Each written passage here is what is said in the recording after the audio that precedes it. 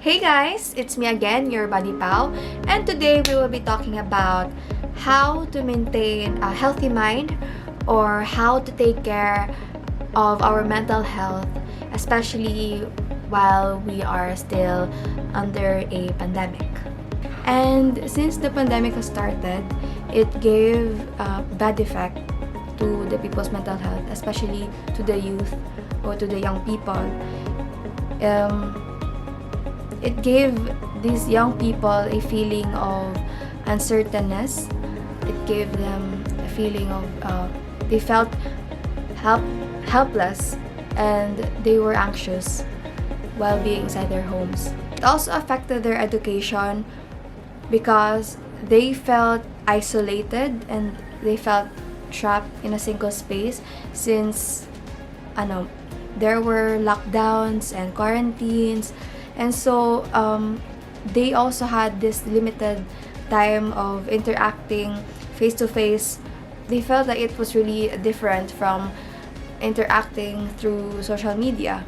Naalala ko nung time na dumating yung virus dito sa Negros around the end of January. Nasa mall ako. The first people who were in my mind when the virus came was my siblings. And then when I went home, I immediately went to my sister and I told her to wear her mask na every day. Bring her alcohol, ganon. Don't touch her face with her hands. Avoid crowded places, ganon. I was not afraid for myself, but I was more concerned for my siblings. And then it was also those times na tabak-tabak yung project namin. And nagkasakit ako. Some of us thought the virus was airborne. So, mas nauna akong mag-vacation sa kanila ng classmate ko kasi hindi mo siya vacation.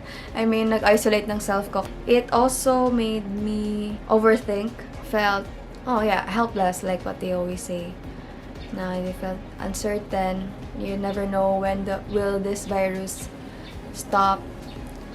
But up until now, hindi talaga siya tumitigil. Nag-evolve lang talaga siya from different kind of virus. And now, Omicron na siya. Nag-evolve na siya. I actually had a hard time coping up.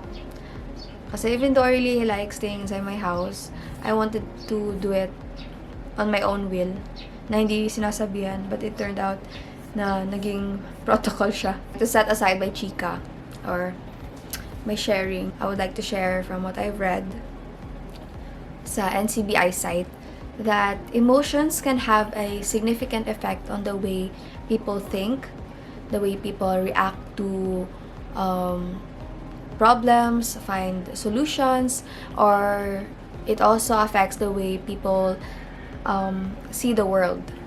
And it also goes vice versa, where how a person thinks can also affect the way he or she feels or react to his or her surroundings.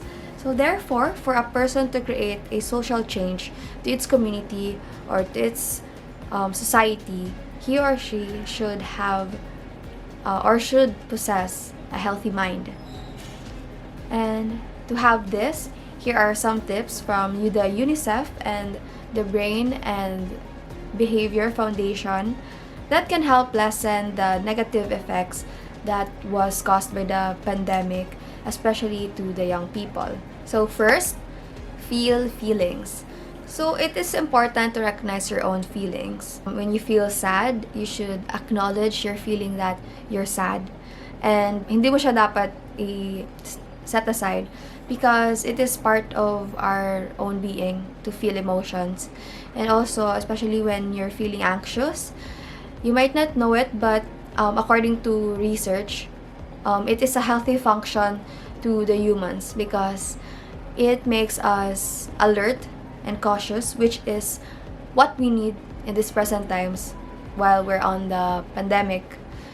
When we're anxious, we are extra careful. This is why we wash our hands, we wear our face masks, we avoid crowded places or closed areas, and we follow or take extra measures to protect our loved ones.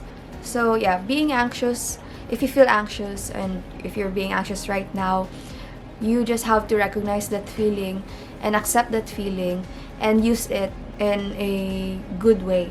Second, find distractions. According to Dr. Demore, it is helpful to divide the problem into two parts. When a person is in a hard situation, they should identify things that they can control and things they cannot control. In this pandemic, we are more on currently on this second category of the problem, where we have more things that are more problems that we cannot control than problems that we can control. Gladly, we can cope up through distractions. These are simply by playing games online or playing board games, learning a new hobby, watching movies or series, listening to music, reading books, and such. Third, exercise. Exercising is not just beneficial to the body, but as well as to the brain. By exercising, the brain produces happy hormones, which we call dopamine. This could make a person lively and more optimistic. It boosts energy and positivity.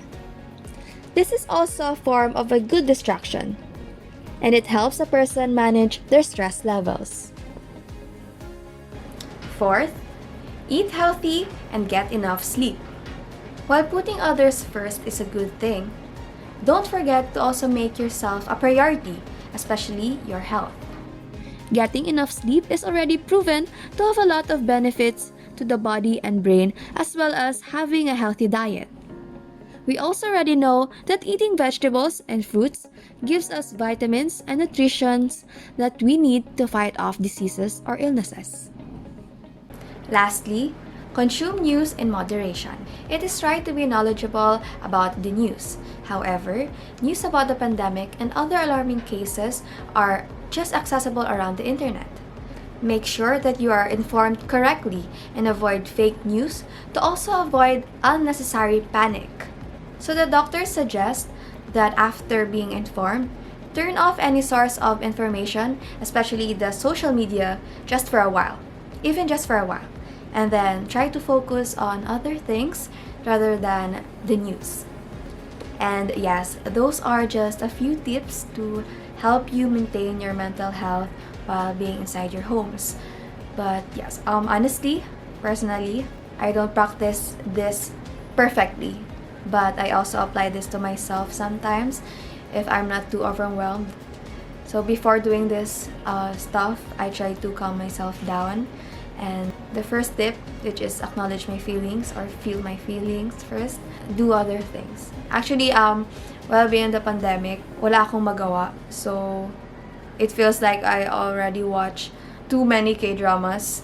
And thank God K-dramas exist kasi it was also my way of escaping the reality. And I also learned stuff like example cooking and baking. Nakakarried away ako kasi yung mga kasama ko sa bahay are good cooks. I also played online games, and I met a lot of new people, and I had a lot of friends during the pandemic, and it was also some of the good things that the pandemic gave to me. Dahil din sa pandemic, I also became very health conscious and body conscious. Kaya I tend to exercise 4 times a week or sometimes every day, so that I tend to have this also a good distraction for myself, which is also beneficial for my body, hindi lang yung laging K-drama and online games. So yes, it said here that social distancing does not mean total isolation from the society, just like what I did. I met friends online through online games, and also in a situation where you need help badly, don't forget to ask professional help to the guidance counselor, to the psychologist, and doctors. With all the technology that we have in our fingertips, we can use this to reach out to one another through social medias and other devices. Remember, simple acts can go a long way.